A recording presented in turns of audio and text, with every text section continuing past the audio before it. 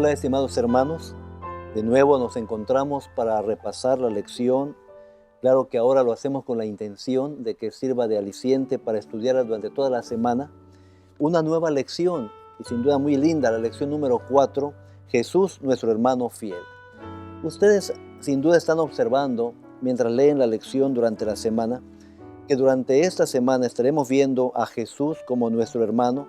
Claro, la lección la titulan hermano fiel y por cierto, porque podemos ver a Jesús como nuestro hermano redentor, podemos ver a Jesús como un hermano que no se avergüenza de nosotros por nuestra condición pecaminosa o moral, incluso ética.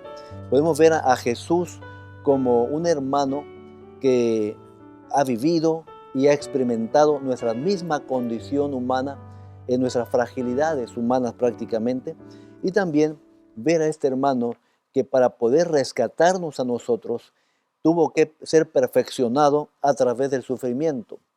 Es decir, Él aceptó el sufrimiento para poder rescatarnos a nosotros y de esa manera fue equipado para hacerlo. Y finalmente, en la parte del jueves, encontraremos a Jesús como nuestro hermano y como un modelo a seguir, puesto los ojos en Jesús. Tomando en contexto ya esos diferentes subtítulos de la semana, quiero que veamos rápidamente lo que estaremos estudiando o estamos estudiando ya en la escuela sabática durante esta semana. El texto para memorizar lo encontramos en Hebreos 2:14 que tenemos aquí en pantalla. Así que por cuanto los hijos participaron de carne y sangre, dice Hebreos 2:14, sigo leyendo aquí en el texto, él también participó de lo mismo para destrucción por medio de la muerte al que tenía el imperio de la muerte, esto es, al diablo. Así que podemos nosotros ver desde este texto de plataforma que Jesús participa y nos sirve a la humanidad como un hermano nuestro fiel y que lucha y sufre como nosotros, pero que al mismo tiempo fue perfecto, fue santo, fue libre de pecado. Ahora, una palabra introductoria basada en lo que el pastor Félix Cortés nos dice en la parte del sábado, es que Jesús, de alguna manera, aquí en la lección es representado en sus diferentes roles, en el capítulo 1 y capítulo 2 de Hebreo, roles distintos. Por ejemplo, podemos ver rápidamente, si vamos a nuestra lección, en esa sección del sábado, podemos ver a Jesús como el gobernante de los ángeles, podemos ver a Jesús como resplandor de la gloria de Dios y fiel imagen del Señor que vimos en la lección pasada. También podemos ver ahora en Hebreos 2, según el repaso, a Jesús como hijo del hombre, así como es hijo de Dios, también lo vemos como hijo del hombre en el capítulo 2 de Hebreos, que fue hecho poco inferior, que fue hecho inferior a los ángeles y que adoptó la naturaleza humana con toda la fragilidad de la naturaleza humana. Por otro lado, en Hebreos 1 vemos que Dios dice acerca de Jesús que es mi hijo, que es, él lo adopta, que es su hijo, y en el capítulo 2 se refiere a Jesús como los hijos, a Jesús al referirse a los hijos de los seres humanos, dice que son sus hermanos. Y así sucesivamente, vemos que el capítulo 1 y el capítulo 2 de Hebreos nos hablan de Jesús, pero en dos roles diferentes, ya sea como hijo de Dios, ya sea como hijo del hombre, ya sea como imagen del Señor perfecta, ya sea como gobernante, o también como un ser que viene a tomar nuestra forma y viene a ser tan sumiso, ¿verdad?, que tomando nuestra forma experimenta también la muerte y experimenta la muerte de cruz. Así que durante la semana hemos estado viendo y estaremos viendo estos diferentes roles que se presentan en nuestro Señor Jesucristo aquí en Hebreos. Ahora, vamos a avanzar en nuestra lección y veamos el rol como hermano redentor. ¿Qué es lo que estamos aprendiendo de esta porción bíblica de como hermano redentor? Tomando en cuenta los textos que la lección nos presenta aquí, que es Levítico 25, 25 al 27 y 47 al 49, y posteriormente poder ver Hebreos 2, 14 al 16. ¿Qué es lo que vemos? Por ejemplo, del Antiguo Testamento, que son los textos que mencionamos de Levíticos, podemos observar nosotros aquí en pantalla que el hermano pobre, de acuerdo a la ley, generalmente el hermano pobre que por su pobreza vendía sus propiedades, vendía su terreno, un pariente cercano, y es lo que tenemos aquí, un pariente cercano con facilidades económicas, podría rescatarle, es decir, pagar sus deudas y rescatar el terreno. Muchos de estos hermanos pobres se vendían a sí mismos como esclavos y pagaban sus deudas en su esclavitud. Y ya la lección nos enseña o nos trae el recuerdo lo que nos dice el Antiguo Testamento en relación a los 50 años, la gran festividad, la gran fiesta que se tendría cada 50 años para no solamente adorar y glorificar el nombre de Dios, sino proclamar libertad, proclamar rescate, y el que había vendido sus propiedades podía recuperarla, había reclamo de ello, y quien vivía en esclavitud también era liberado cada 50 años en esa gran fiesta que el pueblo de Dios participaba de acuerdo a las leyes que tenemos en el Antiguo Testamento. Así que el hermano pobre por su pobreza vende o se vende a sí mismo en esclavitud.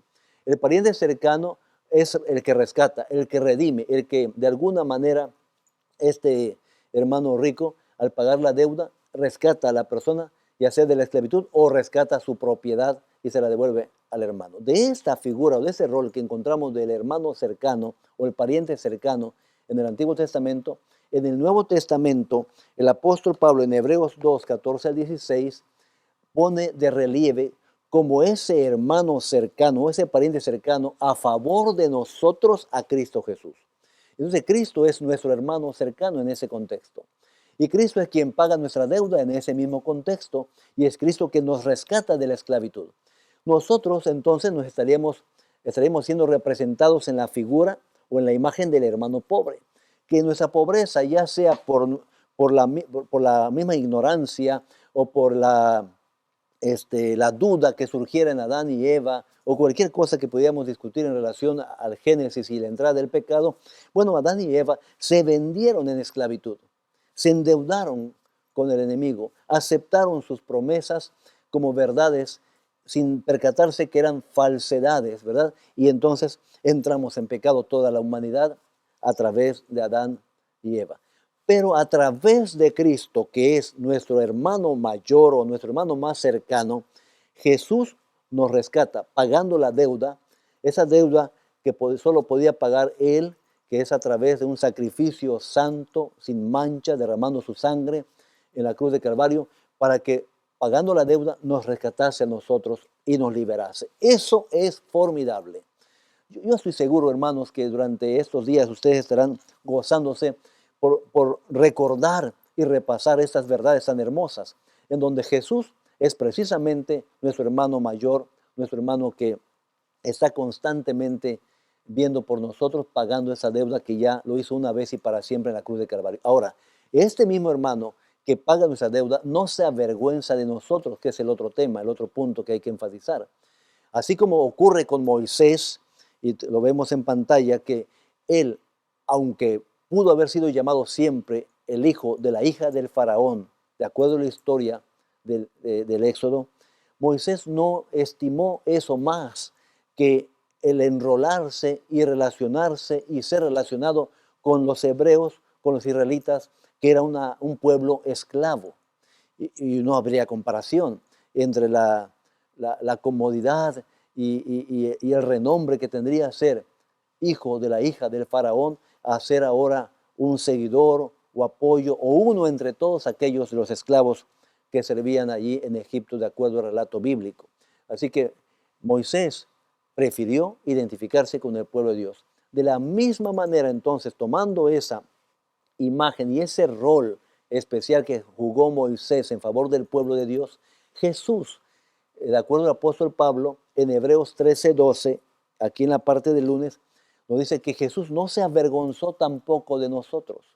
Él, estando en la condición de ser el Hijo de Dios, uno igual a Dios, parte de la divinidad, siendo Dios, gozando de la autoridad divina que tenía en el cielo, viene sin avergonzarse de nosotros y toma, se encarna como un ser humano, haciéndose hermano nuestro, ¿ok?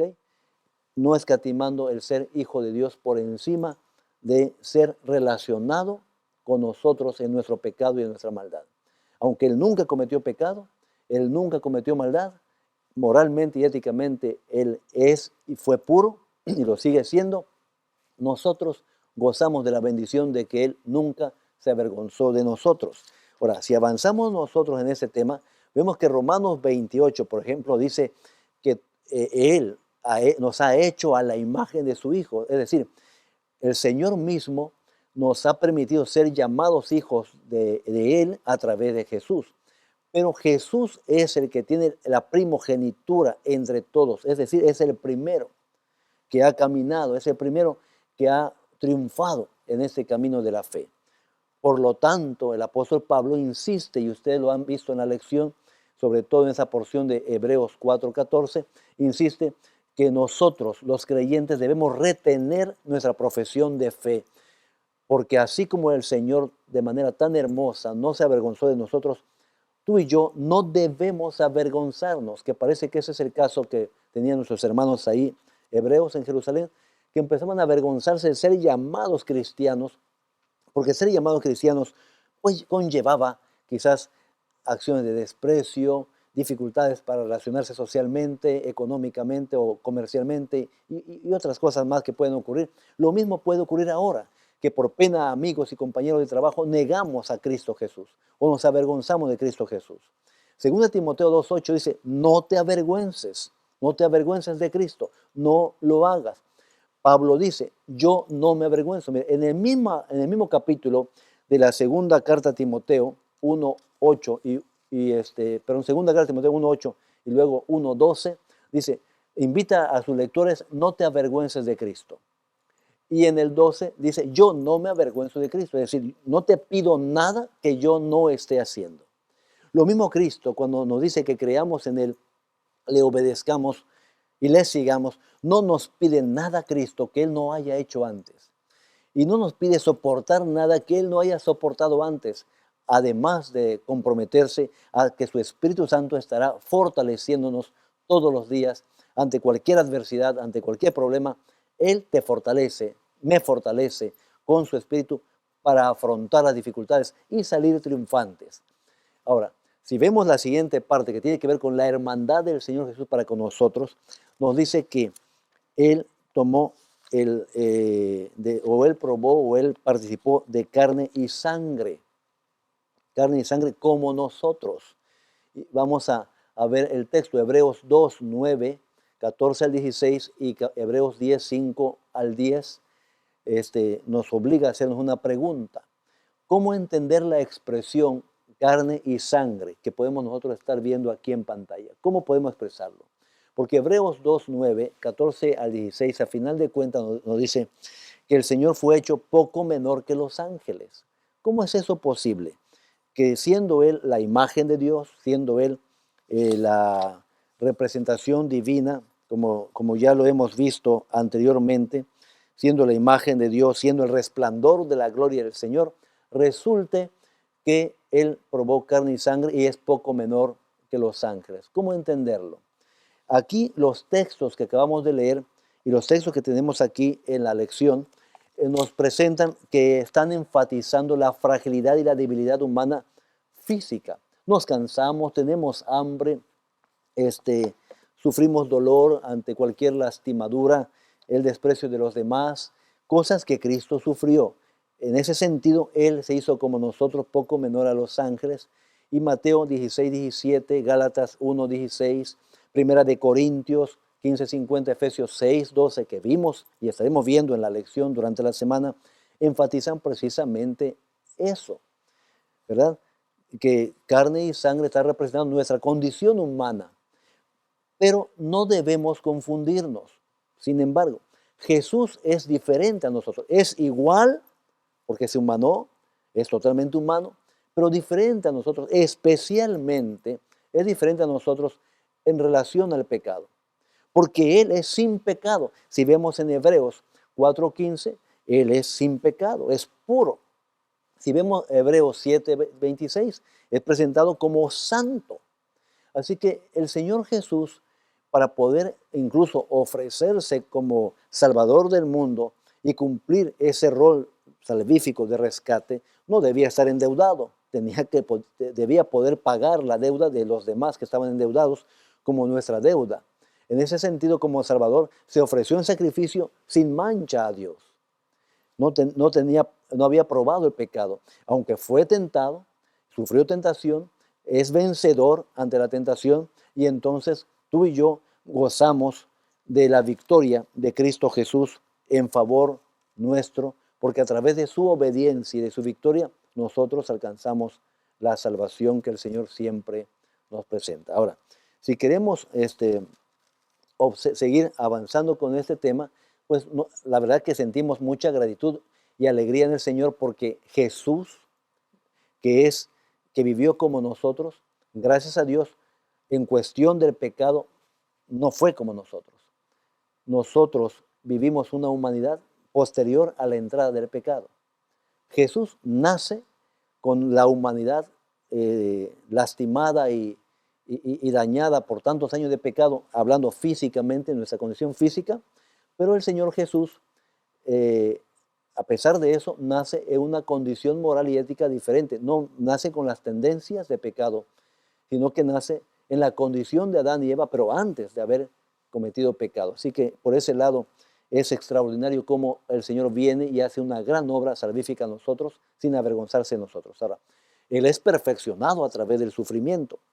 En la parte del miércoles, ¿cómo ocurre ese perfeccionamiento? Es un proceso el perfeccionamiento, es decir, en ese proceso Él pasó de la soberanía y del dominio que tenía del universo, porque así es presentado en la palabra de Dios, a la sumisión y obediencia. Eso lo vemos en Filipenses también, aunque no es un texto que tengamos aquí a la mano en el repaso de la lección o en el estudio mismo de la lección, donde dice que haya pues en vosotros ese mismo sentir que hubo en Cristo Jesús, que el cual, siendo igual a Dios, no estimó el ser igual a Dios, sino que prefirió humanarse, hacerse hombre y morir por los hombres y morir de muerte de cruz. Recordemos que el Señor Jesús hizo esa gran tarea.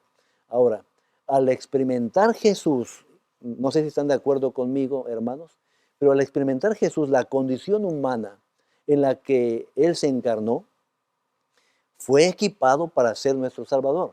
El mismo pastor Félix Cortés precisamente nos presenta esta declaración, que a través del sufrimiento Jesús es equipado.